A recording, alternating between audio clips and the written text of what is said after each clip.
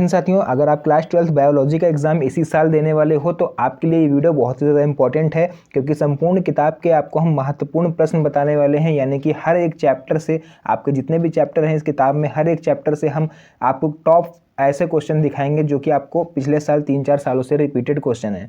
तो ये आप लोग वन शॉट वीडियो बोल सकते हो, क्योंकि इसमें सभी चैप्टर्स को कवर किया गया है एंड जितने भी क्वेश्चन आपके पिछले 3 से 4 सालों में आए हैं सभी को कवर करके आप लोग के लिए इस वीडियो को मैंने तैयार किया है। तो वीडियो को फुल एंड तक देखिएगा, क्योंकि अगर ये वीडियो आप लोगों ने पूरी देख ली तो अब आप लोग तो पास होने की टेंशन छोड़ ही दीजिए, क्योंकि पास तो आप आराम से हो जाओगे। तो चलिए आज की इस प्यारी सी वीडियो को हम लोग स्टार्ट करते हैं और एक एक करके सभी क्वेश्चन आप लोग को आराम से समझाते हैं। तो देखिए, मेरा पहला इंपॉर्टेंट चैप्टर है पुष्पी पादपों में लैंगिक जनन।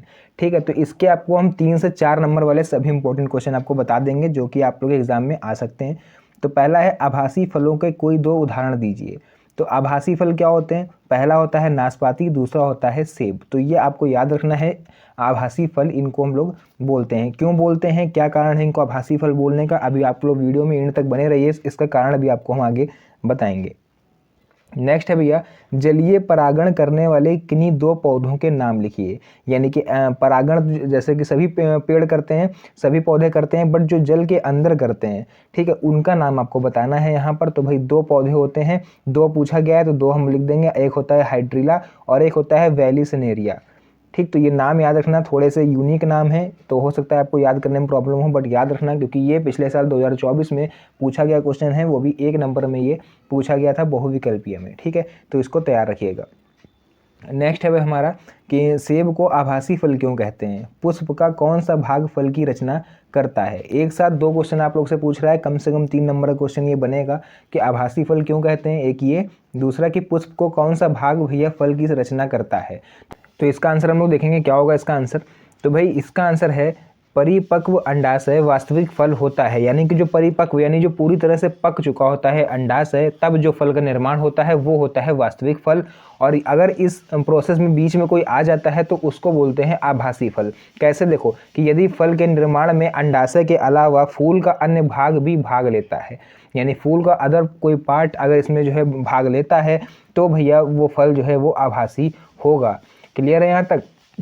सेब के निर्माण में वास्तविक अंडाशय के अलावा थैलमस भी भाग लेता है। यानी जो पुष्प का भाग होता है थैलमस, वो भी सेब के निर्माण में जो वास्तविक अंडाशय होता है उसमें भाग लेता है, और इसीलिए यह एक आभासी फल होता है। तो आज यहाँ से आपको ये कॉन्सेप्ट क्लियर हुआ कि सेब को आभासी फल क्यों कहते हैं। कॉमनली जो फल होते हैं उनमें अंडाशय जो है वो परिपक्व होता है, ठीक है, लेकिन सेब के निर्माण में जो परिपक्व अंडाशय होता है उस प्रोसेस में थैलमस भी भाग लेता है, जो कि एक पुष्प का भाग है। इस कारण हमारे सेब को भैया आभासी फल कहा जाता है। समझ में आ गया? नेक्स्ट क्वेश्चन हम लोग देख लेंगे। पुष्प में दल का क्या कार्य है? ये पुष्प दल आप लोगों ने नाम सुना होगा, तो क्या होता है ये पुष्प दल? पुष्प में दल परागकर्ताओं को आकर्षित करके परागण में सहायता करते हैं। तो इसमें क्या होगा, पुष्प में दल परागणकर्ताओं को आकर्षित करके परागण में सहायता करते हैं। ठीक है, ऐसे प्रोसेस को हम लोग बोलते हैं पुष्प दल।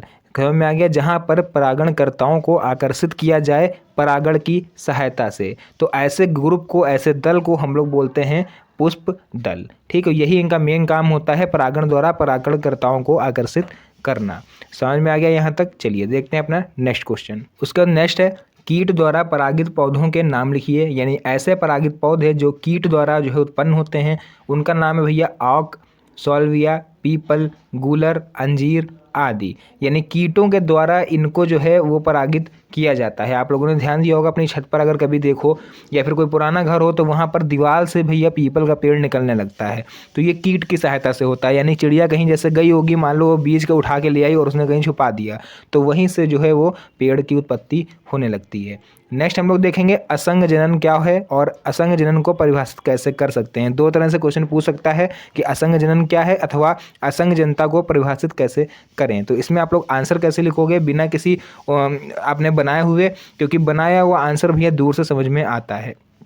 इसमें क्या लिखोगे, बिना अर्धसूत्री विभाजन तथा संयुग्मन के, है ना, यानी अर्धसूत्री विभाजन भी ना हो और उसमें संयुग्मन भी ना हो, उसके बिना जो जननिक प्रजनकों का विकास होता है वही कहलाता है असंग जनता। हमारा कहलाता है। समझ में आ गया असंघ जनन क्या है। नेक्स्ट हमारा है दोहरा निषेचन क्या है, इसकी खोज किसने की, यानी दोहरा निषेचन जो होता है उसकी खोज जो है वो किसने करी थी, ये भी आपको बताना है। और ये है क्या, तो आवृतबीजी पौधों में संयुग्मन तथा त्रिसंलयन दोनों को सम्मिलित रूप से दोहरा निषेचन कहते हैं। इसकी जो खोज है भैया वो लिलियम ने की थी। अन्य 2-3 नाम इसमें और होंगे, बट जो मेन जो खोजकर्ता थे वो थे भैया लिलियम। समझ में आ गया। तो ये क्वेश्चन भी हमारा फिनिश हुआ। नेक्स्ट हम लोग देखेंगे पराग कोश में परागण किससे भोजन प्राप्त करते हैं, यानी जो पराग कोश होता है जहाँ पर परागण रहते हैं उसको, जैसे परागण रहते हैं, जैसे हम लोग इंसान रहते हैं तो इसको क्या बोलते हैं, दुनिया बोलते हैं, ठीक। और जैसे क्लासरूम में बच्चे बैठे होते हैं उसको क्लासरूम बोलते हैं। किसी एक बच्चे से क्लास नहीं बनती है, 10, 12, 15, 20 बच्चों से क्लास बनती है। तो उसी तरह से परागकोश भी एक परागण से नहीं बनता है, कई सारे परागण रहते हैं इस परागकोश में जिसको, लेकिन अब सबसे बड़ा सवाल ये है कि ये भोजन कहाँ से प्राप्त करते हैं, तो वो टेपिटम से प्राप्त करते हैं। क्या है ये टेपिटम, ये भी अभी आपको आगे पता चलेगा। नेक्स्ट हम लोग देखेंगे अब पॉलीगोनम प्रकार के भ्रूणपोष में कितने केंद्रक होते हैं, यानी जो भ्रूणपोष होता है वो भी कई प्रकार का होता है, यहाँ पर पॉलीगोनम प्रकार के भ्रूणकोष की बात हो रही है। तो इसमें कितने केंद्रक होते हैं, तो पॉलीगोनम प्रकार का जो भ्रूणकोष होता है वो मीनोस्पेरिक होता है, यानी कि इसमें 8 केंद्रक होते हैं। यानी जो मीनोस्पोरिक वाला भ्रूणकोष होगा उसमें 8 केंद्रक होंगे, जिसमें हमारे भैया 3-3 विजाणु द्वारी होते हैं और 3-3 जो है वो विजांड द्वारी है तथा चैलाजल सिरो, तथा 2 जो होते हैं वो द्वितीय केंद्रक बनाने के लिए मध्य में उपस्थित होते हैं। ध्यान समझ में आ गया, यानी 3 विजांड द्वार होंगे, 3 होंगे चैलाजल सिरे और 2 होंगे आपके केंद्रक बनाने वाले जो मध्य में लगते हैं उनको बोलते हैं। समझ में आ गया। तो इस प्रकार पॉलीगोनम प्रकार के भ्रूणकोष में हमारे 8 केंद्रक होते हैं। कई बार ये बहुविकल्प में भी पूछ लेता है 1 नंबर का। उसका नेक्स्ट है निषेचन के बिना फलों के विकास को वानस्पतिक भाषा में क्या कहते हैं, यानी ऐसे फल जो बिना निषेचन के उत्पन्न हो जाएं उनको हम लोग वानस्पतिक भाषा में क्या बोलेंगे, तो निषेचन के बिना फलों के बनने की प्रक्रिया को हम लोग बोलते हैं अनिषेक फलन। तो ये बहुत ज़्यादा बार पूछा जाता है कि अनिषेक फलन क्या है, इस पर दीर्घ भी आते हैं, लघु भी आता है, बहुविकल्पीय भी आता है। तो इस टॉपिक को आपको अच्छे से कवर करना है। नेक्स्ट है लघु बीजाणुधानी की सबसे भीतरी परत क्या कहलाती है। लघु बीजाणुधानी की जो सबसे अंदरी परत होती है, सबसे आखिरी और सबसे भीतरी परत, उसको हम लोग क्या बोलते हैं, तो लघु बीजाणुधानी की सबसे भीतरी परत जो होती है वो टेपिटम कहलाती है। याद, इससे पहले भी हम लोगों ने पढ़ा था कि परागकोश में परागण को भोजन कहाँ से मिलता है, टेपिटम से। तो ये टेपिटम क्या होती है, ये होती है लघु बीजाणुधानी की सबसे भीतरी परत, ठीक है। उसके बाद यह विकसित होने वाले लघु बीजाणु यानी कि परागकण को पोषण प्रदान करता है, जैसा कि अभी हम लोग पहले इससे पढ़ के आए हैं, ठीक है। नेक्स्ट है भैया हमारा इसमें अपबीजाणुकता क्या होती है। ये अपबीजाणुकता है क्या, इसको देख लीजिए। ऐसी प्रक्रिया जिसमें बिना अर्धसूत्री विभाजन के बीजाणुभिद से सीधे ही युग्मकोभिद में निर्माण होता है, यानी कि जो बीजाणुभिद से युग्मकोभिद में निर्माण होता है वो डायरेक्ट बिना किसी अर्धसूत्री विभाजन के हो जाता है। इस प्रक्रिया को हम लोग अपबीजाणुकता कहते हैं। जैसे कि यहाँ पर क्रेपिस सबसे बढ़िया इसका एग्जाम्पल है। अभी क्रेपिस क्या है ये आप अपनी बुक में इसको विस्तार से पढ़िएगा, इसके बारे में पूरा डिटेल्ड दिया हुआ है। नेक्स्ट हम लोग क्वेश्चन देखेंगे इसके बाद हेस्पेरिडियम फल के 2 उदाहरण लिखिए, यानी जो हेस्पेरिडियम फल होता है वो क्या होता है, तो वो भैया होते हैं 2 मेन होते हैं, नारंगी और नींबू। नारंगी मीन्स यहाँ संतरा, और नींबू दोनों ही खट्टे होते हैं स्वाद में, और दोनों का ही जो रस होता है वो खट्टा होता है। उसके बाद नेक्स्ट है भ्रूणपोष का विकास आवृतबीजी पौधों में किस प्रक्रिया के फलस्वरूप होता है, यानी जो भ्रूणपोष होता है उसका जो विकास होता है आवृतबीजी पौधों में, उस प्रक्रिया को क्या कहते हैं ये आपको बताना है। तो आंसर में लिखेंगे भ्रूणपोष का विकास इन पौधों में द्विनिषेचन के साथ साथ त्रिसंयुग्मक द्वितीय केंद्रक के एक नर युग्मक के साथ संयुक्त रूप से होने पर होता है। यानी कि जब भ्रूणपोष का विकास होगा तो भाई 2 चीज़ें मेन होंगी, एक तो होगा द्विनिषेचन के साथ साथ त्रिसंयुग्मक द्वितीय केंद्रक, और साथ ही साथ इसका एक नर युग्मक होना जरूरी है, तभी सही से भ्रूणपोष का जो होगा वो आवृतबीजी पौधों का निर्माण हो पाएगा। क्लियर होगा यहाँ तक। चलिए अभी बचे हुए और भी क्वेश्चन हम लोग देख लेते हैं। तो इस तरह से ये आपका पहला चैप्टर खत्म हो गया है। अब हम लोग देखेंगे इसके नेक्स्ट चैप्टर के इंपॉर्टेंट क्वेश्चंस। उसका नेक्स्ट हमारा चैप्टर है मानव जनन। तो इस चैप्टर से हम लोग देखते हैं टोटल कितने इंपॉर्टेंट क्वेश्चन बन रहे हैं, सभी को बारी बारी से हम लोग पढ़ते हैं। तो पहला क्वेश्चन है कॉरियन की बाहरी सतह कैसी होती है और इसका कार्य बताइए। तो कॉरियन क्या होता है और इसकी बाहरी सतह क्या होती है। देखो कोरियन की बाहरी सतह पर अनेकों उंगली सदृश प्रवर्ध होते हैं। यानी कोरियन को आप ध्यान से देखोगे तो उनके बाहर अनेकों उंगली के सदृश प्रवर्ध होते हैं। यानी कि जैसे आप आटा, गुथा हुआ आटा होता है, आप उस पर उंगली के निशान ऐसे लगा दो, उसके बाद हटा लो तो आप देखोगे उसमें उंगली के निशान बन जाते हैं, ठीक है, 4 उंगलियों के।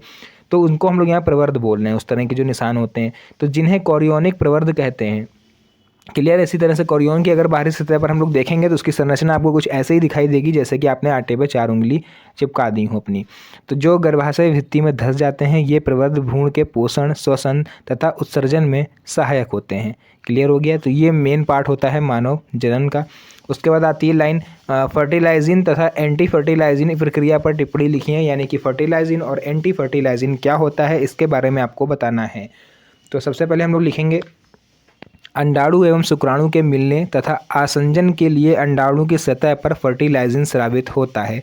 यानी जब अंडाणु और शुक्राणु का जो मिलन होता है तो उसमें आसंजन के लिए जो अंडाणु की सतह होती है उस पर फर्टिलाइजन की क्रिया जो होती है उसके वहीं पर फर्टिलाइजन का जो स्रावण होता है। दूसरी ओर शुक्राणु के अग्रपिंड से एंटी फर्टिलाइजिन स्रावित होता है। यानी अंडाशय से भैया फर्टिलाइजिन और शुक्राणु से निकलेगा एंटी फर्टिलाइजिन। ठीक है, ये दोनों ही चीज़ें अलग अलग स्रावित होती हैं। दोनों की क्रियाओं के फलस्वरूप निषेचन की क्रिया हो पाती है। अगर ये दोनों ना हो यानी अंडाणु से फर्टिलाइजिन और शुक्राणु से एंटी फर्टिलाइजिन तो भाई ये जो दो क्रिया है निषेचन की ये पूरी नहीं हो पाएगी।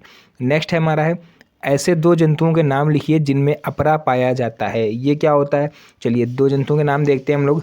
स्तनधारियों में यूथेरिया समूह के सभी जंतुओं में इसी प्रकार का अपरा पाया जाता है जैसे कि मनुष्य तथा सभी चौपाए पशु यानी कि गाय, भैंस आदि। यानी कि जो अपरा होता है वो केवल हम लोग बोल सकते हैं मादा प्रजाति में ही पाया जाता है, चाहे वो मनुष्यों की हो चाहे वो जानवरों की हो। जैसे कि यहाँ पर लिखा भी हुआ है, देखो कि कहाँ गया, मनुष्य तथा सभी चौपाए पशुओं में जो ये अपरा पाया जाता है। मनुष्य मीन्स यहाँ पर नर की बात नहीं करी जा रही, यहाँ पर मादा की बात करी जा रही है। नेक्स्ट है शिशु जन्म के बाद कौन सा हार्मोन दूध मुक्त करता है उसका स्रोत बताइए। यानी कि शिशु जन्म के तुरंत बाद ऐसा कौन सा हार्मोन जो है वो स्तनधारियों में स्रावित होता है जिसकी वजह से दूध मुक्त होने लगता है शिशु के लिए। तो भाई शिशु जन्म के बाद माता की पीयूष ग्रंथि से निकलने वाला हार्मोन प्रोलैक्टिन दूध स्रावण करने के लिए स्तनों को संवेदित करता है। यानी कि जो मादा की जो मादा होती हैं उनकी जो पीयूष ग्रंथि होती है उससे निकलने वाला हार्मोन जिसको हम लोग प्रोलैक्टिन बोलते हैं ये मेन कारण होता है दूध स्रावण होने के लिए स्तनों से। ठीक है, जबकि पीयूष ग्रंथि के पश्च पिंड से ऑक्सीटोसिन हार्मोन दूध मुक्त करता है। यानी कि 2 पिंड होते हैं, एक 2 ग्रंथि होती हैं, सॉरी यहाँ पर एक पीयूष ग्रंथि होती है और जो कि अग्रपिंड और अग्रपिंड में जो प्रोलैक्टिन हार्मोन का स्रावण करती है जिस कारण उसके पश्च पिंड में उपस्थित ऑक्सीटोसिन हार्मोन की वजह से दूध जो है वो मुक्त होने लगता है। नेक्स्ट है आर्तव चक्र क्या है, इसमें कौन से हार्मोन नियंत्रित होते हैं या फिर इसे कौन से हार्मोन्स नियंत्रित करते हैं। तो आर्तव चक्र या फिर रजोधर्म चक्र स्त्रियों में अंड जनन, अंडाशय तथा गर्भाशय की भित्ति में विभिन्न प्रकार परिवर्तनों की एक चक्रीय जनन श्रृंखला से संबंधित होता है। यानी कि जिसको हम लोग माहवारी बोलते हैं ना, उसी तरह से उसी से रिलेटेड है ये। अर्थात जब यौवना आरंभ होता है, यौवना आरंभ मीन्स जब जो गर्ल्स होती हैं वो 14 या 15 एज को क्रॉस करने लगती हैं, यानी कि यौवना आरंभ उनका प्रारंभ होने लगता है। ठीक है, यानी जब बड़ी होने लगती हैं तो ये परिवर्तन महीने में एक बार दोहराए जाते हैं जिससे अतः इसी को हम लोग माहवारी चक्र या रजोधर्म या फिर आर्तव चक्र बोलते हैं। तो इसी को हम लोग माहवारी बोलते हैं ना, यानी जो गर्ल्स प्रॉब्लम होती है वो इसी को हम लोग आर्तव चक्र बोलते हैं बायोलॉजिकल लैंग्वेज में। नेक्स्ट है वृषण के क्या कार्य हैं वो समझाना है। तो भाई वृषण के कार्य पूछा है तो यहाँ पर 2 कार्य लिख दो। पहला है वृषण की कोशिकाओं में शुक्र जनन के द्वारा शुक्राणुओं का निर्माण होता है। यानी कि जो नरों में वृषण पाए जाते हैं उनमें शुक्र जनन के कारण शुक्राणुओं का निर्माण होता है। और सेकंड पॉइंट की हम लोग बात करें तो वृषण की लीडिंग कोशिकाएं यानी कि जो नर हार्मोन टेस्टोस्टेरोन का स्रावण करती हैं और द्वितीयक लैंगिक लक्षणों के विकास में ये सहायक होती हैं। तो इस तरह से ये कुछ इंपॉर्टेंट क्वेश्चंस हैं। अभी और भी बहुत सारे बचे हुए हैं तो आपको वीडियो फुल एंड तक देखना है। और अभी तक अगर आप लोगों ने वीडियो को लाइक नहीं करा यार तो बहुत गलत बात है भाई। आप लोग के लिए इतनी मेहनत कर रहे हैं यार, आप ही लोग के लिए नोट्स तैयार करते हैं ताकि आप लोग एक जगह पर सभी चीज़ों को आसानी से पढ़ पाओ, आपको भटकना ना पड़े। तो हम इतनी मेहनत आपके लिए कर रहे हैं तो आप भी यार एक छोटा सा काम कर सकते हो। ये सब्सक्राइब बटन जो दिख रहा है ये एकदम फ्री है, आप इसको दबा सकते हो यार, ताकि आपका भी काम हो जाएगा और हमें भी मोटिवेशन मिलेगा आप लोग के लिए ऐसी वीडियो तैयार करने में। तो इसी चैप्टर का एक और क्वेश्चन बचा हुआ है, उसके बाद हमारा नेक्स्ट चैप्टर स्टार्ट हो जाएगा जनन स्वास्थ्य। तो भाई शुक्राणु जनन को परिभाषित करो। ये शुक्राणु जनन क्या होता है? वृषण को शुक्र जनन नलिकाओं में शुक्र जनन कोशिकाओं से शुक्राणुओं के निर्माण की विधि शुक्र जनन कहलाती है। तो ये चैप्टर मेरा खत्म हो गया है। नेक्स्ट चैप्टर है मेरा जनन स्वास्थ्य। तो क्या होता है जनन स्वास्थ्य? सबसे पहला क्वेश्चन ही देखो यही है कि जनन स्वास्थ्य क्या है। तो ये हो सकता है 2 नंबर में आपसे पूछ ले। तो देखो विश्व स्वास्थ्य संगठन यानी WHO वर्ल्ड हेल्थ ऑर्गेनाइजेशन के अनुसार जनन स्वास्थ्य का अर्थ जनन के समस्त पहलुओं यानी कि जैसे संपूर्ण स्वास्थ्य अर्थात शारीरिक, भावनात्मक, व्यवहारात्मक और सामाजिक स्वास्थ्य है। जनन स्वास्थ्य वही होता है जिसमें ये चारों चीज़ें इन्वॉल्व होती हैं, शारीरिक, भावनात्मक, व्यवहारात्मक और सामाजिक। ठीक, तो इनसे मिलकर एक स्वस्थ जनन स्वास्थ्य का निर्माण होता है। नेक्स्ट है मनुष्य में लैंगिक संबंधों द्वारा प्रेषित किन्हीं 2 रोगों के नाम लिखिए। यानी मनुष्यों में जो लैंगिक संबंध के कारण जो रोग होते हैं वो कौन कौन से हैं? तो पहला तो एड्स है, बहुत फेमस है, आप लोगों ने नाम सुना होगा इसका। एंड सेकंड होता है आत्सक या फिर इसको हम लोग बोलते हैं उपदंश। नेक्स्ट है भैया क्या गर्भ निरोधकों का उपयोग न्यायोचित है? यानी गर्भ निरोधक का उपयोग करना ये लीगल है या फिर लीगल है? तो इसको आपको जवाब लिखना है अपने शब्दों में कि भारत में जनसंख्या जो है वो बहुत तेज़ी से बढ़ रही है। ठीक, यानी कि भारत में जनसंख्या वृद्धि की दर अत्यधिक होने के कारण यह एक राष्ट्रीय संकट है। यानी ये पूरे देश का संकट है, किसी एक का नहीं। अतः गर्भ निरोधकों का प्रयोग एक उचित तथा न्यायोचित प्रक्रिया है। ठीक, हम लोग इसका जो लोग यूज़ करते हैं उनका जो है वो राष्ट्र के योगदान में, राष्ट्र के निर्माण में अपना योगदान देना है। इसलिए पूरी तरह से न्यायोचित प्रक्रिया है, ये कोई भी किसी भी तरह से इलीगल नहीं हो सकती है। उसका नेक्स्ट है निषेचित अंडाणु को गर्भाशय की भित्ति पर आरोपित होने से कैसे रोका जा सकता है? यानी कि जो निषेचित अंडाणु है वो गर्भाशय की भित्ति तक ना पहुंच पाए, उसको हम लोग कैसे रोक सकते हैं? तो IUD जैसे कृत्रिम साधनों के द्वारा निषेचित अंडाणु के गर्भाशय की भित्ति पर आरोपित होने से रोक लगाई जा सकती है। अच्छा, ये IUD क्या होता है? ये होता है इंट्रा यूटेरिन डिवाइस। चलिए नेक्स्ट हम लोग क्वेश्चन पढ़ते हैं। IUD तथा IUT का पूरा नाम, तो दोनों ही अलग अलग प्रोसेस हैं। पहला है इंट्रा यूटेरिन डिवाइस, दूसरा है इंट्रा यूटेरिन ट्रांसफर। क्लियर हो गया? चलिए इसी के साथ ये चैप्टर भी मेरा जो जनन स्वास्थ्य था वो भी एंड हुआ। अब नेक्स्ट चैप्टर है आपका वंशागति तथा विविधता का सिद्धांत। तो इस चैप्टर से जितने भी इंपॉर्टेंट क्वेश्चन बन सकते हैं हमने ऑलरेडी लिखे हुए हैं। चलिए आपको एक एक करके दिखा देते हैं। पहला क्वेश्चन है वंशागति का क्रोमोसोमवाद किसने किया था? यानी क्रोमोसोमवाद यानी इसको सर्वप्रथम यूज गुणसूत्री लैंग्वेज में किसने करा था? तो वावेरी तथा सटन ने 1902 में वंशागति का गुणसूत्रीय मत प्रतिपादित किया। यानी सबसे पहले इन लोगों ने बताया था कि वंशागति भी कोई चीज़ होती है। तो नेक्स्ट हम लोग देखेंगे वर्णांध व्यक्ति को रेलवे ड्राइवर क्यों नहीं बनाया जाता है ना? इस टाइम ALP के फॉर्म आए हुए हैं, रेलवे के फॉर्म, तो उसमें ऐसे लोग फॉर्म नहीं भर सकते हैं जिनको वर्णांधता है, यानी फिर इनको इंग्लिश में बोले तो कलर ब्लाइंडनेस है। तो क्या होती है वर्णांधता और इनको ड्राइवर क्यों नहीं बनाया जा सकता है? क्योंकि वर्णांध व्यक्ति को लाल और हरे रंग में विभेद नहीं कर पाते हैं। इनको लाल और हरे रंग में बहुत प्रॉब्लम होती है। लाल को ये लोग हरा समझेंगे, हरे को लाल समझेंगे। बहुत से लोग होते हैं जो हरे को नीला समझ लेते हैं और लाल को कोई और कलर का समझते हैं। तो ये लोग अंतर नहीं कर पाते हैं लाल और हरे रंग में। ठीक है, ट्रेन में आपको पता है मेन काम सिग्नल का होता है। अगर लाल है तो भैया रुकना है और ग्रीन है तो आपको नहीं रुकना है। तो जब इनको हरी चीज़ लाल दिखाई देगी और सिग्नल है ग्रीन, अब इनको तो दिखेगा कि भैया हमें रोक देना है यहाँ पर, तो ये गाड़ी वहाँ पर रोक देंगे। ठीक, उल्टा कर देंगे, मान लो कहीं पर लाल सिग्नल इनको गाड़ी रोकनी है तो ये वहाँ पर भगा ले जाएंगे 100-120 की स्पीड में, तो वो चीज़ दिक्कत हो जाएगी, है ना। नेक्स्ट है हमारा सह प्रभाविता क्या है? उपयुक्त उदाहरण सहित इसकी व्याख्या कीजिए। या फिर आपसे पूछेगा कि सह प्रभाविता को परिभाषित करो। दोनों ही क्वेश्चन पूछेगा घुमा घुमा के, आपको इसका आंसर जो है वो एक ही लिखना है जो भी हम आपको बताने जा रहे हैं। सर इसका होगा कि प्रथम पीढ़ी में नर एवं मादा दोनों के ही लक्षण अपने आप को प्रकट करते हैं, अर्थात उनका मिश्रण नहीं होता है, इसे सह प्रभाविता कहते हैं।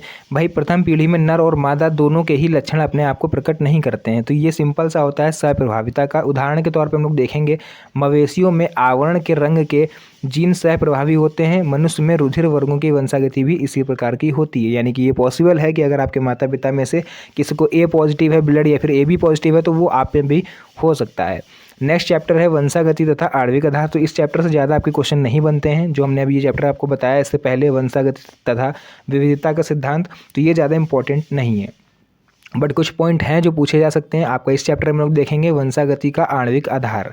तो सबसे पहला क्वेश्चन इसमें है न्यूक्लियोटाइड और न्यूक्लियोसाइड में क्या अंतर है? भाई मोस्ट इंपॉर्टेंट क्वेश्चन है, 2022, 23, 24 3 साल से लगातार पूछा जा रहा है।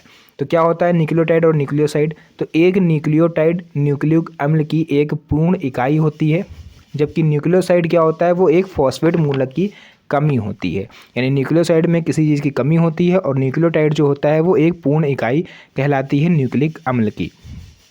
उसके बाद नेक्स्ट है प्यूरीन और प्रीमिडीन में एक अंतर बताइए। तो प्यूरीन जो होता है एक प्रकार के क्षार होते हैं, है ना, पता होगा आपको। तो प्यूरीन प्रकार के क्षारकों में एन रिंग, परंतु प्रीमिडीन प्रकार के क्षारकों में एक ही एन रिंग होती है। इसमें जो है 2 एन रिंग होती हैं। प्यूरीन जो होता है इसमें 2 एन रिंग होती हैं, प्रीमिडीन में केवल एक ही एन रिंग होती है। अब ये एन रिंग क्या है, अब ज़्यादा डिटेल में हम नहीं जाएंगे वरना वीडियो काफ़ी ज़्यादा लंबा हो जाएगा। कोई 2 निरर्थक कोडोन का नाम लिखिए।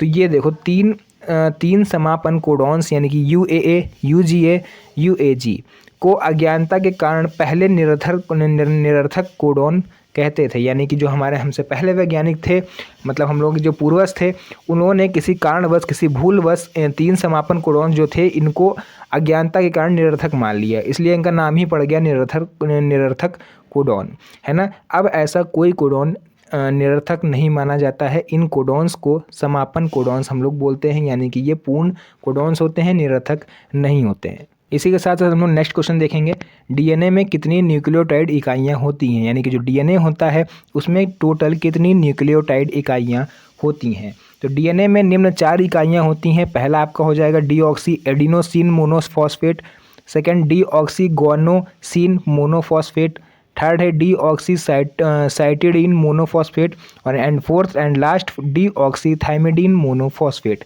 ये 4 इंपॉर्टेंट इकाइयाँ होती हैं आपके डीएनए में जो पाई जाती हैं। इसी तरह से नेक्स्ट चैप्टर हमारा है विकास, जो कि लास्ट चैप्टर है आपकी बायोलॉजी का।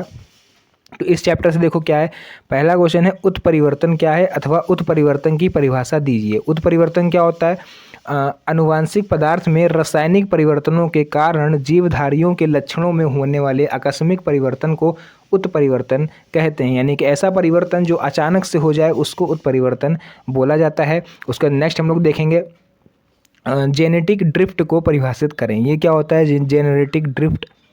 आनुवांशिक विचलन या जेनेटिक ड्रिफ्ट वह प्रक्रिया है जिसके द्वारा संयोग से या फिर आकस्मिक यानी कि किसी कारणवश या फिर अचानक से एलील आवृत्ति में अधिक कमी आ जाती है। इस कारण से नवीन पीढ़ियों में जीन नमूनों में मूल नमूनों से भिन्नता उत्पन्न होती है। क्लियर है? तो इसका स्क्रीनशॉट आप लोग ले लो थोड़ा सा, ये एंटिक क्वेश्चन है, इसको आप लोग घर पर बैठ के आसानी से याद करिएगा। उसके बाद नेक्स्ट है मानव में पाए जाने वाले 2 अवशोषी अंगों के नाम लिखिए अथवा अवशेषी अंग क्या है, मनुष्य में किसी एक अंग का उदाहरण दीजिए।